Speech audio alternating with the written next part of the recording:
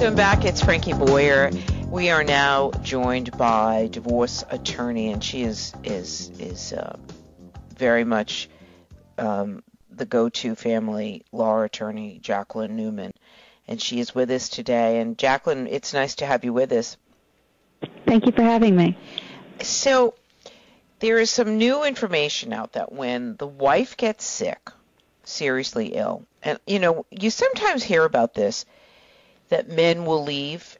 I just was at a talk the other day where a woman was sharing that she was diagnosed with a very serious illness, and instead of her husband being right with her, he walked out.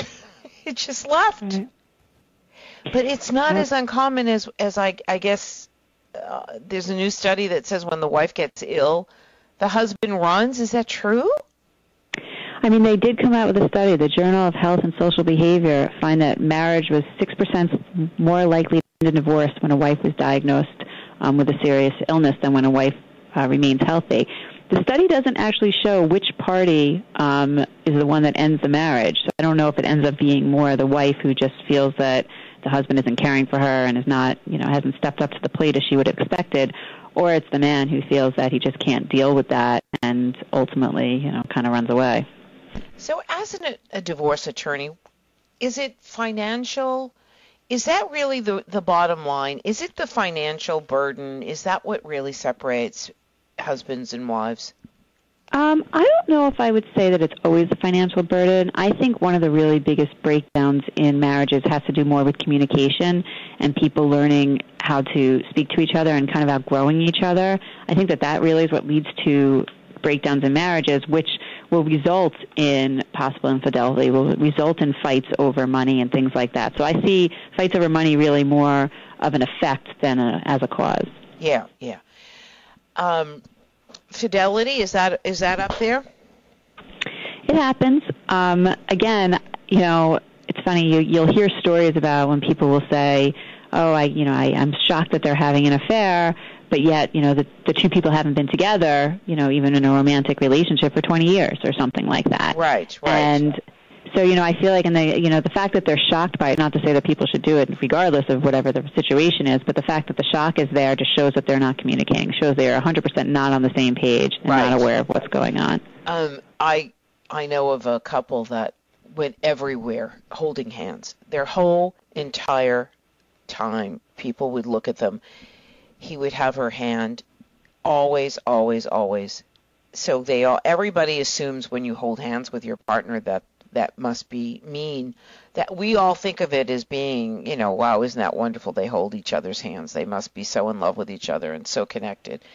And so when their marriage ended, people were like, oh, how is that possible? They never stopped holding hands the whole time. 1 week they're holding hands and the next week they're divorced. They're separated. They're leaving each other. And it's so interesting because she realized that she was in love with another woman. Mm. And, so it's the secrets that we keep and it's the secrets that happen. So not all is as it appears to be in life.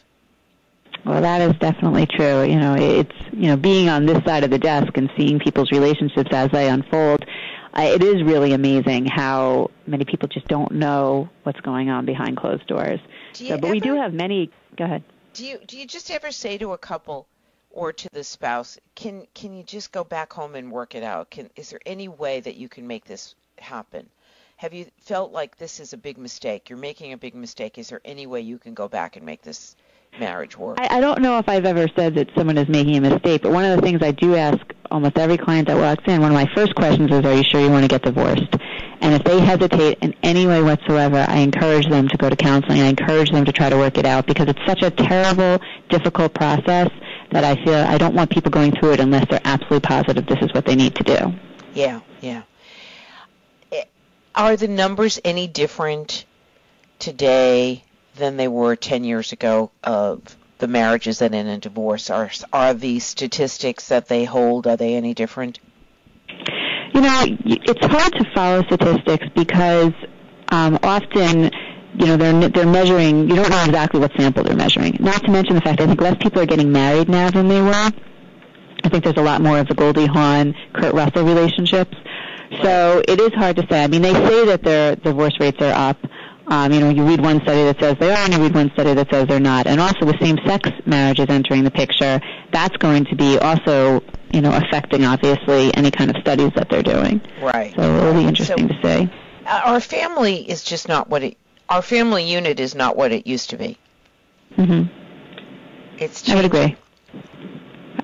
And so yes, I think that true. Yeah, with the times changing and all of that.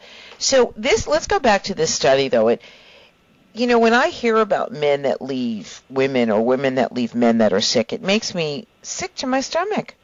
Mhm.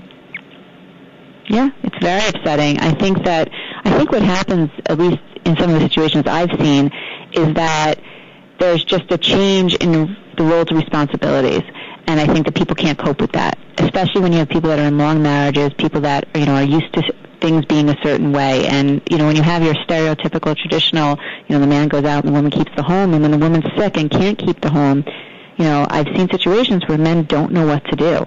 I mean, they literally don't know how to work the toaster oven. They're just completely at such a loss. And, their reaction is to run and, find someone who's going to fill the role that they're comfortable being in.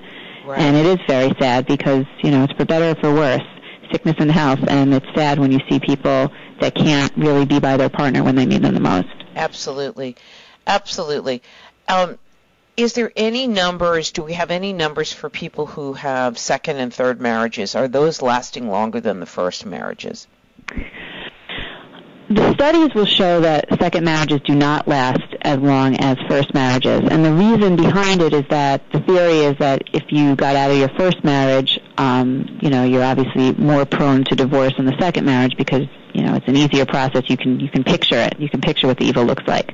I don't know, from my experience of seeing clients, I think that I see a lot of first marriages that, either high school sweethearts or things like that they just realized they weren't the right match. And that doesn't necessarily mean that they're going to go through it a second time, but I will say studies do show that if you're in a second or third marriages, the rates go up of the likelihood of you divorcing. What I find so fascinating is the number of people that were in love when they were younger, go off and do their own thing, meet their spouses, and then at reunions or at events or Facebook find each other again and are back together again solid.